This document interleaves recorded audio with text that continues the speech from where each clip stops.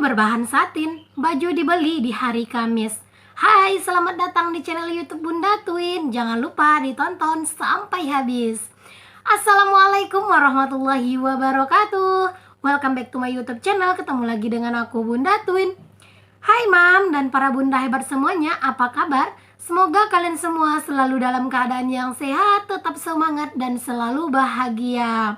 Seperti yang aku bilang di video aku yang sebelum-sebelumnya, aku akan buat video Q&A, aku akan jawab pertanyaan teman-teman semuanya yang udah masuk ke kolom komentar aku. Jadi alhamdulillah ada beberapa teman-teman itu yang excited katanya bertanya, pengen tahu dan kepo. Jadi aku akan jawab pertanyaan kalian di sini. Oke, kalian simak terus video aku ini sampai selesai dan jangan kalian skip. Sebelum kita lanjut ke videonya, buat kalian yang belum subscribe channel YouTube Bunda Twin, jangan lupa ya di subscribe dulu, yaitu klik tombol merah yang di bawah dan jangan lupa nyalakan lonceng notifikasinya agar kalian gak ketinggalan kalau misalnya Bunda Twin upload video terbaru. Oke deh, tanpa berlama-lama ya, di sini aku akan bacakan pertanyaan yang pertama. Jadi pertanyaan-pertanyaan kalian itu udah aku catat di handphone aku ya teman-teman. Jadi di sini aku akan bacakan lalu aku akan jawab gitu ya. Banyak banget teman-teman itu sebenarnya yang ngirim pertanyaan, tapi kebanyakan pertanyaannya itu hampir sama. Jadi ya udah aku rangkum aja gitu ya. Pertanyaan yang pertama di sini tuh adalah, Bunda Twin umur berapa?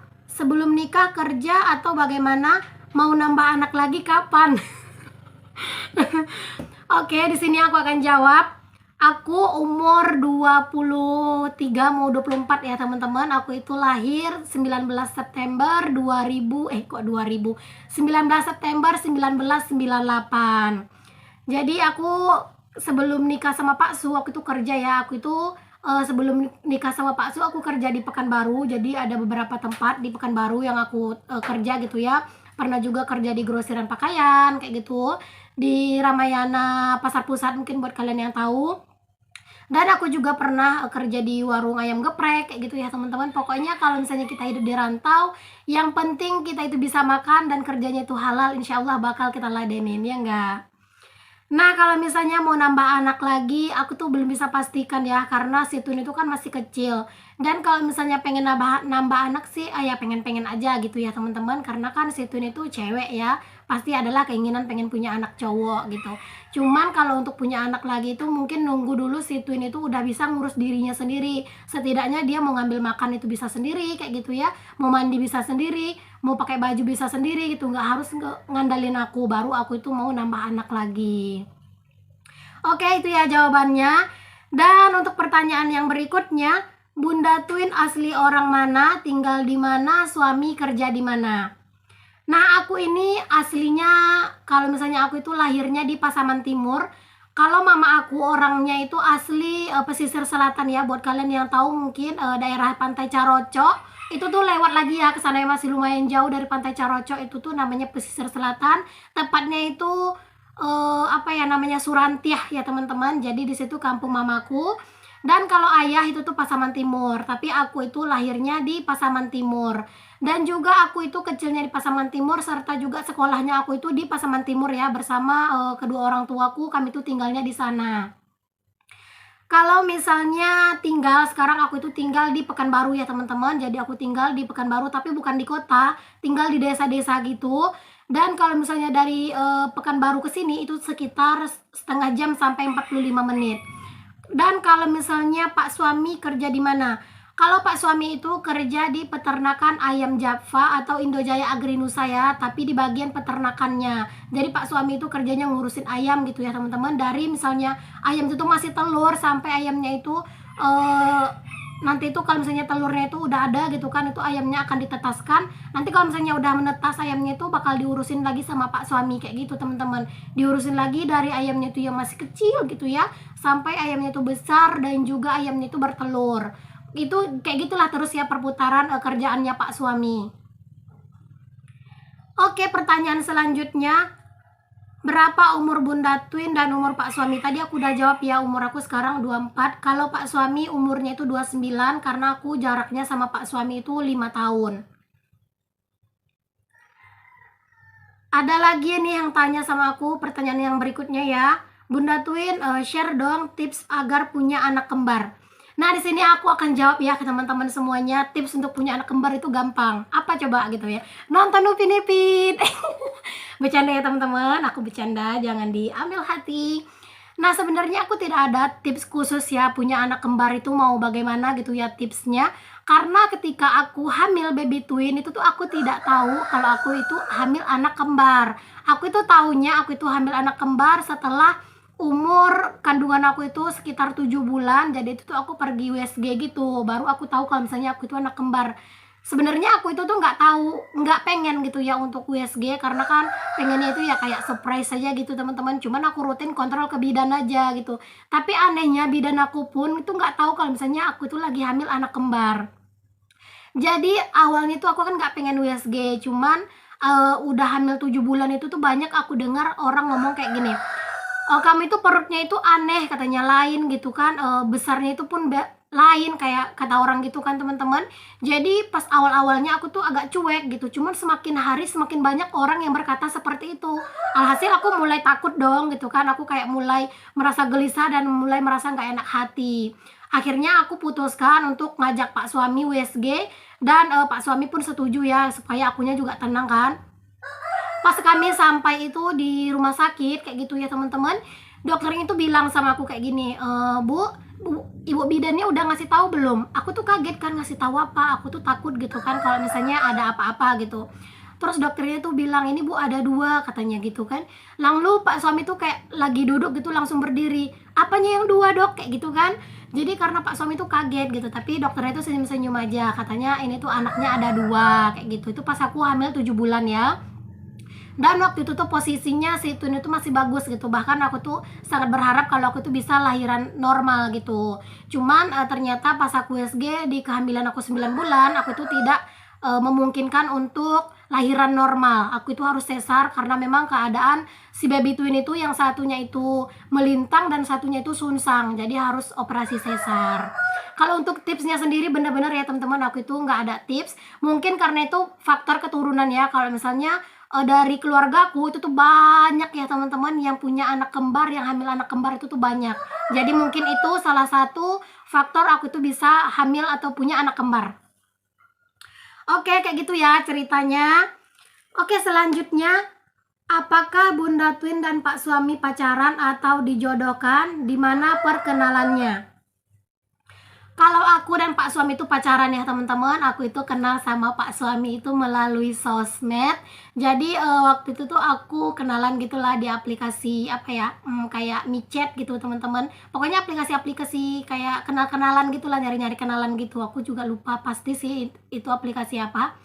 Nah, aku tuh iseng-iseng nyoba gitu kan, terus ya gitulah dapat ini di japri sama Pak suami, di chat gitu kan sama ayahnya Twin.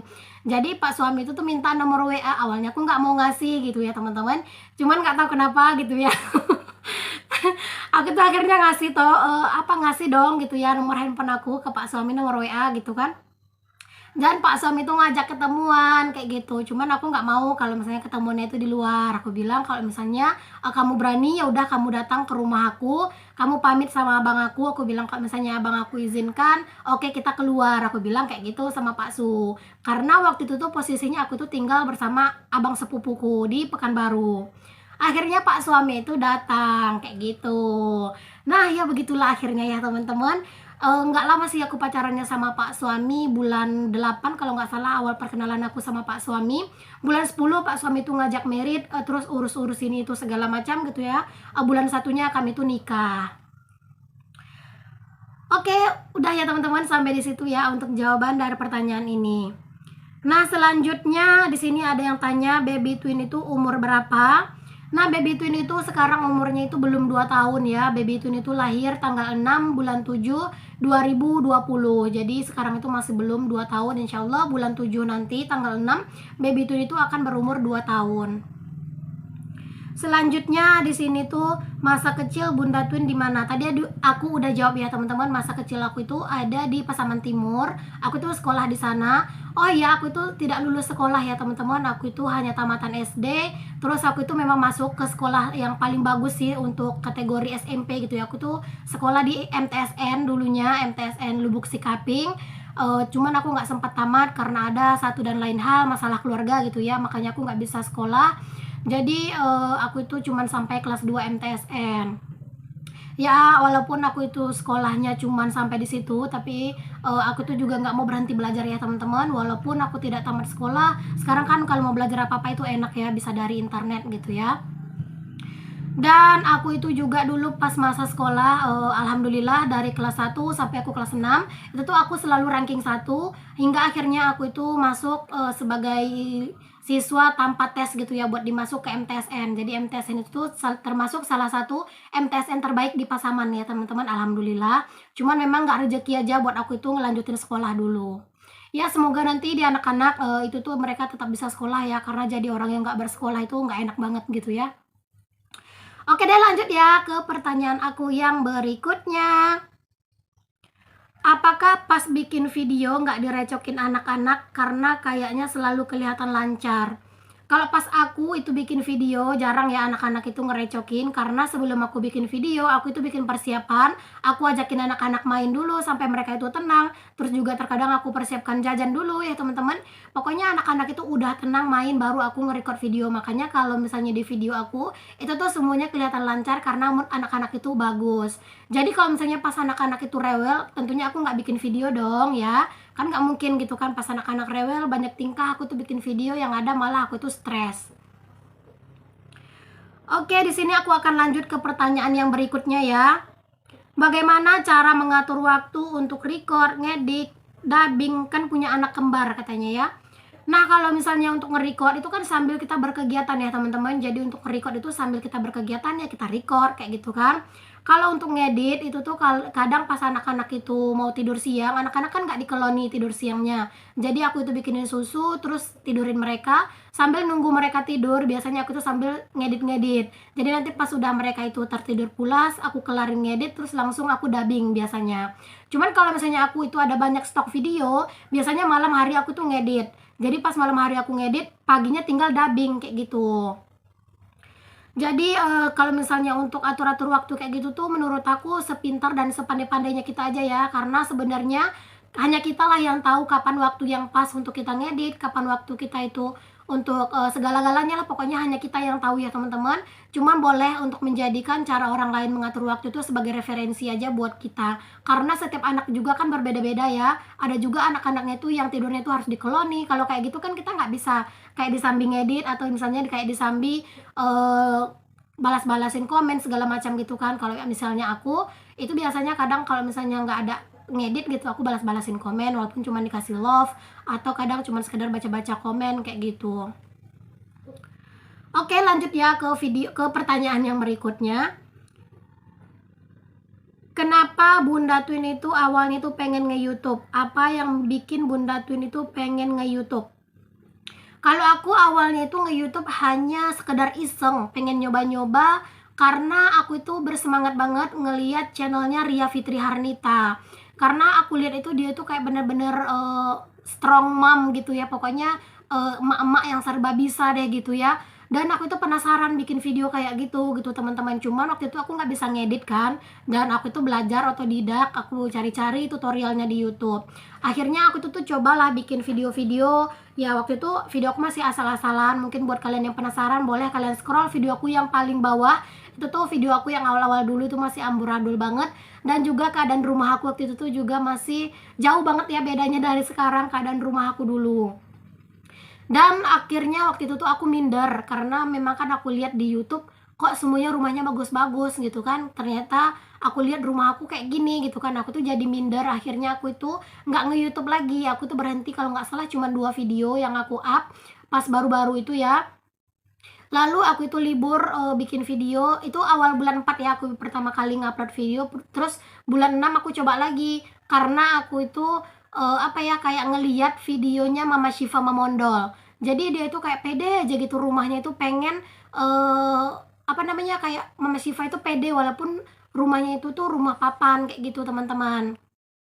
Jadi disitulah aku itu jadi kayak bersemangat lagi buat bikin video. Jadinya aku bikin video lagi, cuman waktu itu 1 apa 2 video ya aku lupa. Tapi waktu itu tuh aku masih belum konsisten gitu, masih belum ada niat yang sesungguhnya di dalam hati aku. Akhirnya aku tuh libur lagi tuh. Nah, bulan 7 itu tuh aku ada lihat gitu ya, lewat di beranda aku, katanya YouTube bisa menghasilkan. Jadi aku coba pelajari dan menurut aku kayaknya seru gitu kan.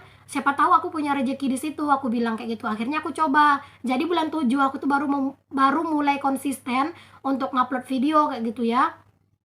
Cuman dulu itu konsistennya aku tuh tidak setiap hari ya teman-teman. Nih waktu itu tuh kalau nggak salah sehari, dalam 1 minggu itu 2 apa 3 kali gitu ya. Cuman aku selalu rutin gitu.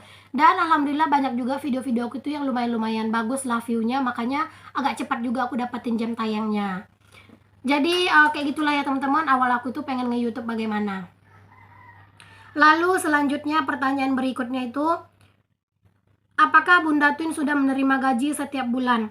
Nah, pertanyaan ini tuh jawabannya itu belum ya teman-teman. Aku itu belum punya gaji setiap bulan dari YouTube, karena memang YouTube itu tuh kan hasilnya itu kita tidak tahu ya teman-teman.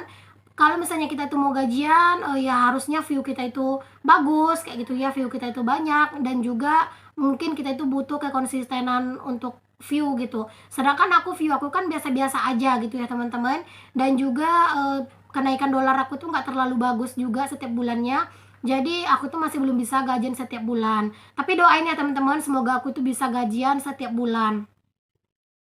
Nah, selanjutnya nih pertanyaannya, bagaimana cara menaikkan view? Kalau untuk menaikkan view sendiri menurut aku itu gini ya teman-teman, kita itu upload aja video yang terbaik dan terbagus menurut kita, dan jangan lupa untuk konsisten, karena penonton itu hanya akan datang ketika kita itu rajin ngupload video. Jadi setiap hari usahakan selalu ada video yang kita upload, jadi penonton-penonton kita itu pun tidak merasa kehilangan gitu.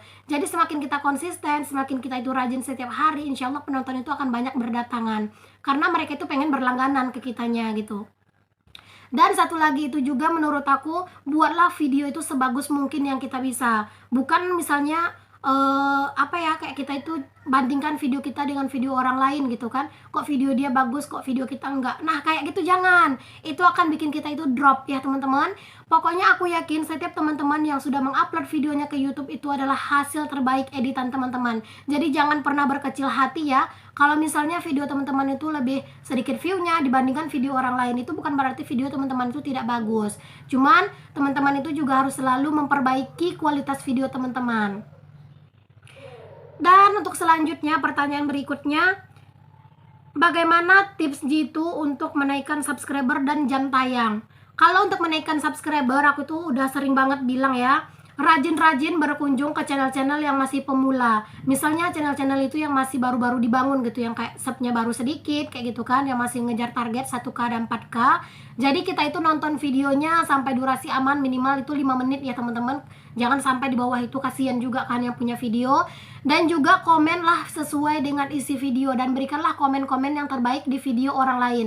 Jadi kalau misalnya orang lain membaca komentar kita itu dengan komentar yang berkualitas, insya Allah pun ada orang yang lihat video komentar kita itu, mereka juga bakal mampir, karena mereka tahu oh ini nih penonton yang bagus gitu. Jadi kita harus pintar-pintar untuk mencari, ibaratnya ya kayak nyari muka lah gitu ya teman-teman, di komentar gitu. Ya kita itu harus pintar-pintar buat cari cara agar orang itu mau mampir ke kita. Kalau untuk kejar jam tayang itu supaya cepat, ya satu intinya kita itu harus bikin video dengan durasi yang tidak terlalu pendek. Kalau misalnya durasi video kita itu terlalu pendek, orang pun nonton video kita itu kayak nggak merasa puas, satu ya. Terus juga jam tayangnya kita dapatkan itu tentu lebih sedikit gitu. Cuman untuk pemula jangan juga terlalu panjang videonya. Minimalnya itu 10-12 menit lah. Kalau misalnya udah di atas itu kadang biasanya orang tuh suka bosan, karena kan kita itu masih baru gitu. Mereka belum menemukan ciri khas ada di video kita. Tapi kalau misalnya video kita itu penontonnya itu udah bagus kayak gitu ya, terus juga penonton itu merasa kalau kita itu punya ciri khas di video kita, insya Allah kita itu mau upload selama apapun biasanya mereka akan nonton sampai habis kayak gitu ya. Nah, kira-kira seperti itulah ya teman-teman jawaban-jawaban dari aku. Terima kasih untuk kalian yang sudah bertanya. Dan maaf juga jika misalnya durasi video aku ini terlalu panjang ya.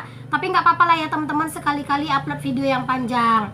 Pokoknya buat kalian yang belum subscribe, jangan lupa dulu ya di subscribe channel YouTube-nya Bunda Twin. Dan jika kalian tuh masih punya pertanyaan, boleh ya untuk kalian tulis di kolom komentar. Insya Allah aku akan jawab di video aku yang berikut-berikutnya.